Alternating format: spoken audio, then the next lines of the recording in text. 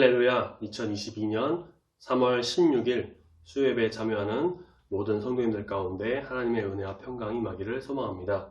온 마음과 정성을 다해 예배드림으로 인하여서 하나님이 함께 하시는 우리 성도님들, 우리 가정, 교회가 다 되기를 소망합니다. 이 시간 영상으로 드려지는 예배지만 우리가 우리 주님께 집중하고 예배와 영상에 집중하여 나갈 때에 우리 주님께서 놀라운 은혜와 크신 뜻을 우리에게 임하여 주실 줄로 믿습니다. 그럼 먼저 이 시간 다 같이 사도신경으로 신앙을 고백하겠습니다. 전능하사 천지를 만드신 하나님 아버지를 내가 믿사오며 그 외아들 우리 주 예수 그리스도를 믿사오니 이는 성령으로 잉태하사 동정녀 마리아에게 나시고 본디오 빌라도에게 고난을 받으사 십자가에 못 박혀 죽으시고 장사한 지 사흘 만에 죽은 자 가운데서 다시 살아나시며 하늘에 오르사 전능하신 하나님 우편에 앉아 계시다가 저리로서 산자와 죽은 자를 심판하러 오시리라. 성령을 믿사오며 거룩한 공회와 성도가 서로 교통하는 것과 죄를 사하여 주시는 것과 몸이 다시 사는 것과 영원히 사는 것을 믿사옵나이다. 아멘.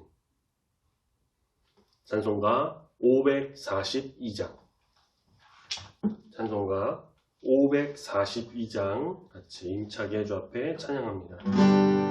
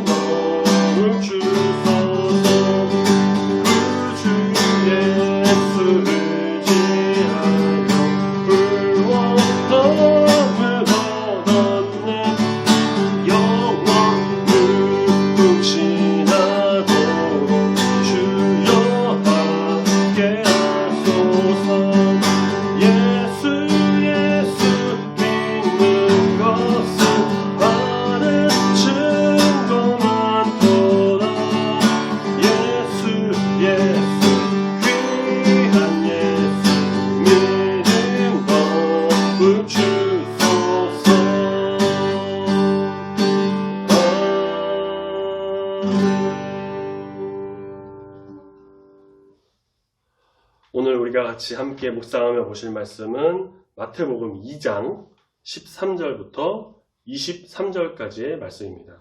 우리 영상을 보는 성도님들께서도 말씀을 꼭 찾으셔서 입을 열어 함께 읽으시길 바랍니다. 우리가 말씀은 영상을 통해서 함께 읽으시고 말씀 읽으신 후에는 이 말씀이 우리 마음을 조명하고 성령의 놀라운 뜻이 임하기를 소망하는 마음으로 잠시 동안 조용히 눈을 감고 기도하는 시간을 갖도록 하겠습니다. 그럼 이 시간 다 같이 말씀 보고 기도하겠습니다.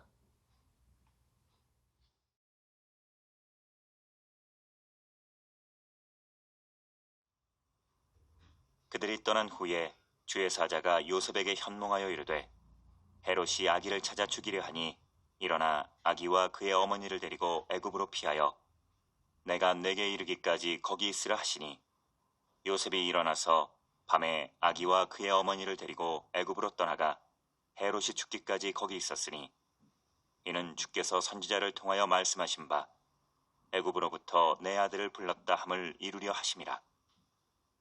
이에 헤롯이 박사들에게 속은 줄 알고 심히 노하여 사람을 보내어 베들레헴과 그 모든 지경 안에 있는 산의 아이를 박사들에게 자세히 알아본 그때를 기준하여 2살부터 그 아래로 다 죽이니 이에 선지자 예레미야를 통하여 말씀하신 바 라마에서 슬퍼하며 크게 통곡하는 소리가 들리니 라헬이 그 자식을 위하여 애곡하는 것이라. 그가 자식이 없으므로 위로받기를 거절하였도다 함이 이루어졌느니라. 헤롯이 죽은 후에 주의 사자가 애굽에서 요셉에게 현몽하여 이르되 일어나 아기와 그의 어머니를 데리고 이스라엘 땅으로 가라. 아기의 목숨을 찾던 자들이 죽었느니라 하시니 요셉이 일어나 아기와 그의 어머니를 데리고 이스라엘 땅으로 들어가니라. 그러나 아켈라오가 그의 아버지 헤롯을 이어 유대의 임금됨을 듣고 거기로 가기를 무서워하더니 꿈에 지시하심을 받아 갈릴리 지방으로 떠나가 나사렛이란 동네에 가서 사니 이는 선지자로 하신 말씀에 나사렛 사람이라 칭하리라 하심을 이루려 함이로라.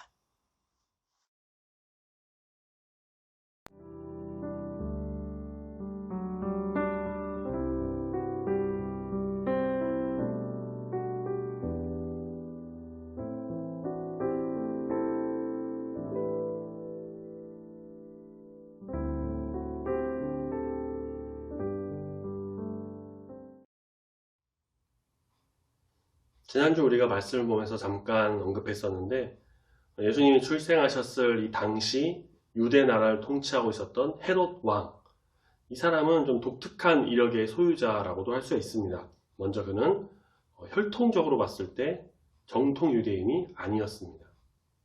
이두메라고 불리는 에돔 출신 이방인인데 에돔의 조상은 야곱의 형인 에서로 이스라엘과는 형제 나라라고 볼 수가 있습니다. 하지만 대대적으로 적대국이었습니다.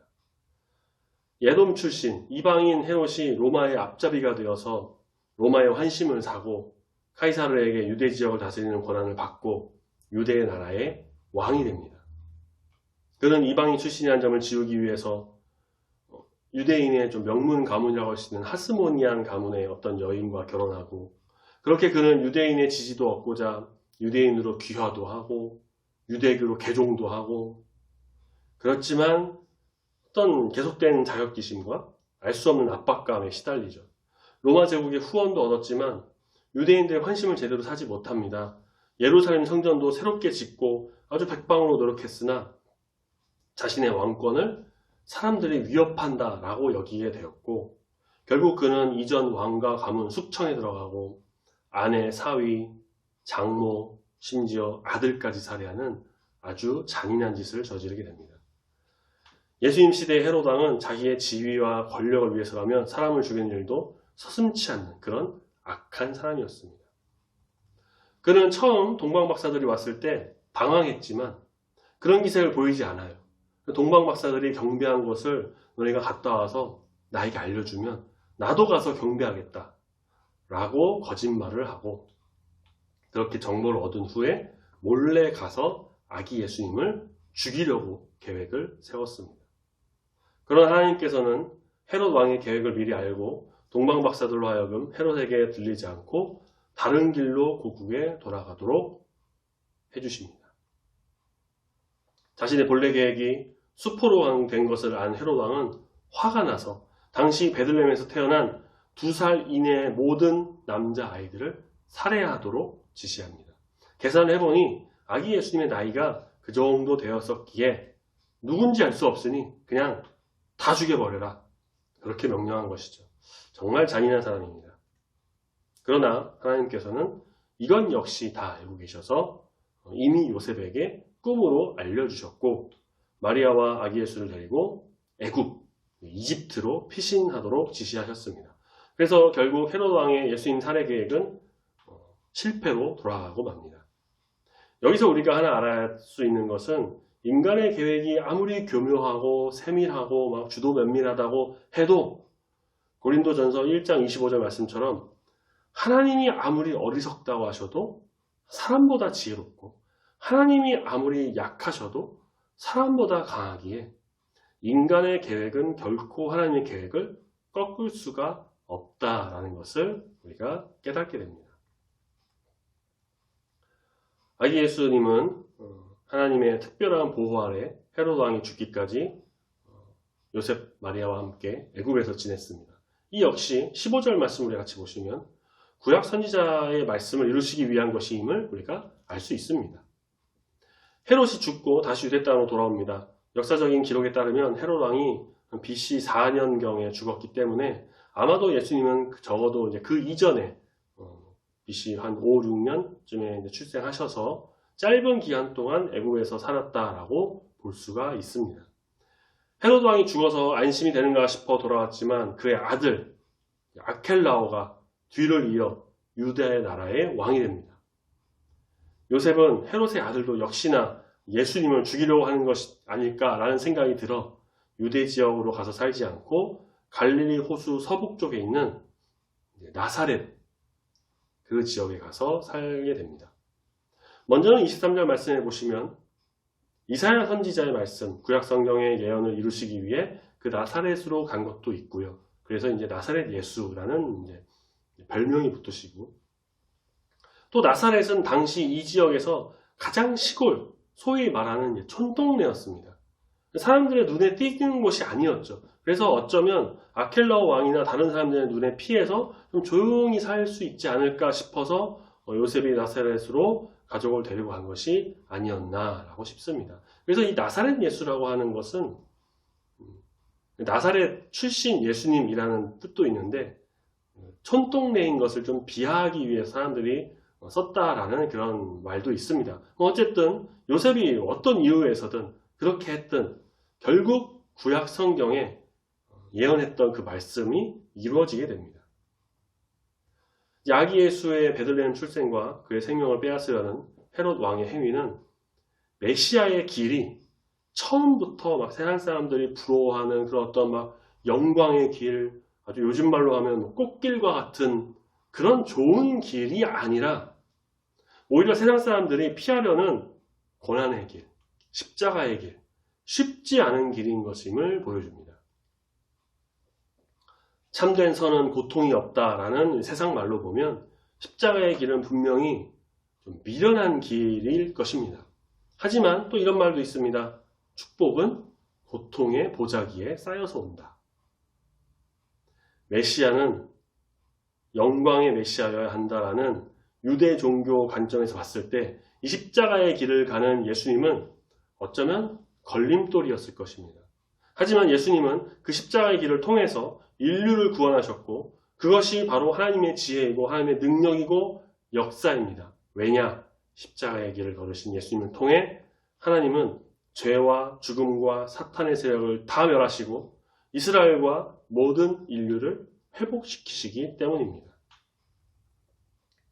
우리의 삶의 길에, 신앙의 길에도 분명히 어렵고 힘든 일이 닥쳐옵니다. 그리스도인의 길은 꽃길이 아니라 십자가의 길입니다. 주님이 가신 그 고난의 길, 예수님 갓난아기 때부터 이런 어려움을 겪으셨습니다. 그 아기가 지금처럼 차를 타고 이동해서 이사하는 것도 아니라 그 먼 나라로 걸어서, 물론 아기는 예수님은 안겨서 갔겠지만 그 힘든 여정, 갓난아기 때부터 겪으셨습니다. 그러나 모든 길에는 하나님의 인도하심과 보호하심이 다 있습니다. 우리가 오직 믿음으로 우리 주님을 바라보며 이 신앙의 길을 걸어간다면 어렵고 힘들고 고난이 와도 우리 주님이 주신 능력은 반드시 승리하여 이겨나갈 수가 있을 것입니다. 말씀과 기도로 무장하고 오직 성령 충만함으로 정말 강하고 담대하게 십자가의 그 길, 고난의 길을 걸어가는, 그래서 그 뒤에 상상할 수 없는, 고난의 것을 상상할 수도 없는 정말 놀라운 하나님의 축복과 은혜의 역사에 동참하는 우리 중부교회 모든 성도님들이 다 되시기를 소망합니다. 아멘. 기도하겠습니다. 사랑의 주 하나님 아버지 감사합니다. 마태복음 2장 말씀을 통해 우리 예수님, 아기 예수님의 모습을 보게 됩니다. 갓난아기 때부터 이 목숨의 위협 속에서 지내시고 여러 어려움과 또 다른 나라의 이동, 그 고난 속에서 지내셨던 모습을 우리가 보게 됩니다. 하지만 그때마다 우리 하나님께서 함께 하셔서 그 모든 어려움 속에서 건져내 주시고 놀라우신 보호하심으로 참된 주님의 역사가 일어나게 인도하여 주신 그 모습을 우리가 말씀을 통해 보게 됩니다. 그리스도인의 길은 항상 좋은 길, 꽃길인 것이 아니라 십자가의 길, 험하고 위험한 길, 고난의 길임을 우리가 믿습니다. 주님, 그 모든 어려움 속에서도 우리와 함께하여 주시사 고난에 넘어지고 낭망하고 좌절하고 원망하는 것이 아니라 고난 속에서 역사하시는 하나님의 놀라운 섭리와 그 뒤에 있을 큰 은혜와 영광을 바라보며 주님의 일을 감당하는 믿음의 용사들이 다 되도록 붙들어 인도하여 주시옵소서. 앞으로도 우리가 알지 못하는 여러 일들이 일어나게 될 텐데 항상 말씀과 기도로 무장하여 우리 주님이 주시는 힘으로 승리하는 중부교회 모든 성도가 되도록 붙들어 인도하여 주실 수 믿습니다. 남은 한 주간도 지켜주시고 주님의 보호하심이 온전히 임하는 귀한 삶이 되기를 소망합니다. 함께 하시고 믿고 감사드리며 예수님 이름으로 기도드립니다. 아멘. 주기도문으로 예배 마치겠습니다. 하늘에 계신 우리 아버지여, 이름이 거룩히 여김을 받으시오며 나라가 임하시오며 뜻이 하늘에서 이루어진 것 같이 땅에서도 이루어지이다. 오늘날 우리에게 일용할 양식을 주옵시고 우리가 우리에게 죄 지은 자를 사하여 준 것 같이 우리 죄를 사하여 주옵시고 우리를 시험에 들게 하지 마옵시고 다만 악에서 구하옵소서. 대개 나라와 권세와 영광이 아버지께 영원히 있사옵나이다. 아멘.